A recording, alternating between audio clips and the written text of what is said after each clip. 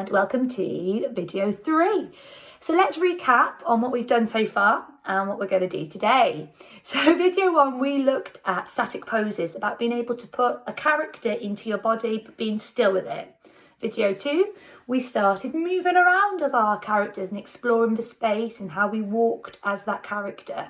So far we've done 2 physical things, but we haven't looked at how we speak as our character. So guess what? Video 3, we're going to look at how we talk as our character. Now, speech and the spoken word is a really complex thing to look at when looking at characterization. Characterization means putting things towards your character. So we need to kind of bring it down a little bit and understand why we speak and what we're speaking for and all the kind of logistics around it. Now, as a character, we speak because that's how we tell that story and how we have that dialogue with people. But we also kind of put different things on how we speak. So we kind of add an accent to it. So for example, if you're doing Oklahoma Fame, Footloose, it's going to be American accent. But even those American accents are going to be different because they're dependent on where they are in America. So accents are an important thing, but today we're not going to look at accents. That's a whole different video for a whole different time, but we can go into that. But also how we speak in terms of pitch and in terms of range, in terms of volume, shows what your character is thinking, what they're doing, how they're responding. So, not often we think if you're being really loud and our face is like this, that we're being really angry and aggressive. But actually, you can be really loud when you're super happy. You can be really quiet, but still really angry because there might be somebody recording next door and you're really angry because they're recording next door. How dare you do that? So there's different situations and different ways of how we speak. But before we get onto those things, what I'd like us to do is just have a go at being able to pronunciate and use our mouth in order to speak. I know that sounds silly, but in order to be a great actor, we need to know how to project, which means to get our voice nice and loud and kind of sounding over the theatre. Because when you're an actor on stage, you've got to get that voice heard right at the back, but in a safe way, not shouting. So what I'd like us to do is that we're going to have a look at a tongue twister. Tongue twisters are really helpful. We do it in singing, but also in acting. So we're not going to put a melody behind it. We're just going to put a rhythm behind it, a beat. So the tongue twister is Betty Botter bought some butter. So repeat after me. Betty Botter bought some butter. And what I want you to do is to really open that mouth wide, because often when we speak, and especially when we sing or kind of when we speak in drama, you get a little bit shy and we close everything off and then we can't hear. Guess what? Your mouth's going to help you get the sound out, so open it. And we want to hear those words.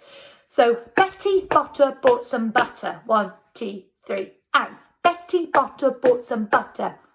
Over exaggerate it. I know it feels weird, but just do it. 1, 2, 3, and Betty Botter bought some butter. Good. Yet again, use these at home. Practice it in the mirror. It's great now because I can see myself, so I know that I'm really opening my mouth. Do it to someone else at home. Do it to your mum. Do it to their face. Betty Botter bought some butter. Open that mouth and have fun with it. Good. And we're going to go a little bit quicker and we're going to add another line. So it's Betty Botter bought some butter, but she said the butter's bitter. All through those 2 lines, you can hear exactly what I'm saying. That's because I'm articulating it. I'm opening that mouth so you can hear. Are we ready? 1, 2, 3, and Betty Botter bought some butter, but she said the butter's bitter. How was that? Do you reckon we can go faster? Here we go. And Betty Botter bought some butter, but she said the butter's bitter. Even faster, and the faster you go, you've got to open that mouth and let it work even harder. 1, 2, 3, and Betty Botter bought some butter, but she said the butter's bitter. Good. And even quicker. One last time. Super quick. 1, 2, 3, and Betty Botter bought some butter, but she said the butter's bitter. Good. Now, yet again, I'm in my neutral position. Here is nice and free. If I'm doing this and doing this and doing this, I'm not going to get that sound out.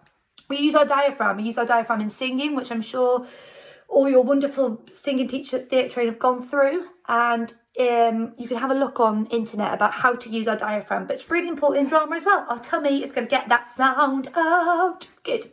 So that's a little bit of how we speak and like the dynamics and the mechanisms of how we get that voice out. But let's look at how the voice and words are really important in telling that story, because in video 1, remember, let's recap and rewind back, we said that our job as an actor is to tell a story, and the way that we as actors tell that story is through our character. So our characters are physicalizing things and showing us things, and now we're using words to tell that story. So what I want you to do for this exercise is say the word hello, okay? More often than not, we say hello pretty much every day, you know, as a greeting. It's a really formal and informal way of just saying, hi, you okay? But it's hello. I don't want you to change it to hi. I don't want you to change it to hello. No, that is the word. I don't want you to change it to hiya. That was what I was going for. It's just hello, okay? It's really important that you just keep that one word, because hi and hiya are different ways of saying the same greeting, okay? So it needs to be hello, because that kind of tells a story about your character, because you wouldn't have, if you were playing the Queen wouldn't go, hiya, aye, would she? It'd be hello, by putting on an accent. So I want you to say the word hello 5 different times, okay? But thinking about, is it soft? Is it loud? Is it quiet? So is it hello? Okay. Is it medium? Okay. But also, so that's looking at the volume of it, but also the emotion behind it, because we've looked at emotion a lot. So if you're sad, it might be a hello, no energy. I'm also starting to kind of put it into my body. I'm not moving around the space, but I'm starting to use my face, my voice, and my body to try and send that story behind. I might be, hello, not bothered. I could be, hello! Okay? All different ways of kind of putting it into your body. So good. So just take a moment just to say the word hello 5 different times. Quiet, soft, loud, fast.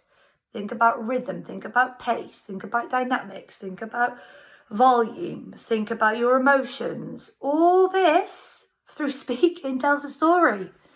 Drama, theatre is hard. So have a little explore of that. And yet again, do it in front of the mirror, do it to a camera, record yourself.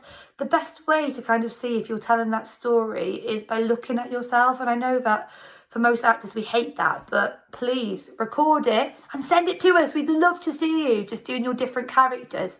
And yet again, as we've gone through the videos, if you are doing Oklahoma and you're a character in Oklahoma and you know who you are, great. Start kind of thinking how that character would say it.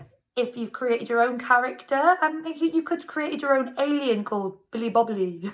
I just made that up. If you picked Bibbly Bobbly, I'd be excited. But if you made your own character, that's great, because characters sometimes come from our own imagination. So whatever, it's a written character already done or one that you've made up yourself, just use that exercise to say hello a few times, okay? So I'll leave that there for now, and I'll let you try that at home. So the second exercise I want you to do is very, very similar, but this time we're going to have a sentence. Now in video 2, we looked at the teacher and we looked at different poses and how they walked around the space. Now I'm going to try and think for my teacher character, this is just me as an example, what might a teacher say? What are you doing? That's a really good one. Often the times that I say, what are you doing? What are you doing? What are you doing? I say that all the time as a teacher, but I say it in different ways. So now think of a line that makes sense for your character.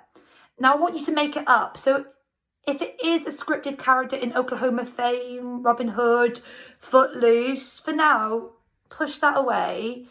Think of your own line that that character would say. And if you've made your own character up, that's easier. But yet again, think about a line that they would say as that character. And just a sentence. Don't want any big paragraphs. Now, same thing. Think of 5 ways of how you say that line, how you deliver it. looking at pitch, looking at volume, looking at speed, looking at the emotion behind it. And don't get confused. You can be quiet, but still really angry. Quiet doesn't just mean that you're shy. Really loud doesn't mean that you're super excited or really angry. You know, don't try and follow a normal rhythm. You know, what happens if you're really, really sad, like really sad, but so loud because you're just so sad and you've just got to get it out. Think about different things. So I'm going to do my teacher one for an example, and then I want you guys to take this further and try it at home. So my teacher one might be, so what are you doing? That's the line I thought of. So, what are you doing? What are you doing? What are you doing? What are you doing? What are you doing? Okay, so 5 different ways of saying the same line, okay? And also makes sense for a teacher to say it 5 different ways like that. So let's just recap on what I want you to look at home before video 4 is to look at your character, pick a line that they would say, so make it up, and have 5 different ways of how they would say it. 5 different ways of how they would say it. Thinking about volume, thinking about projection, thinking about using that mouth. You know, if you're going quiet, we still need to hear it because that's your job as an actor, is to get that emotion across, but we've still got to hear what you say. And video it. We would love to see it. So I will see you soon. Bye-bye now.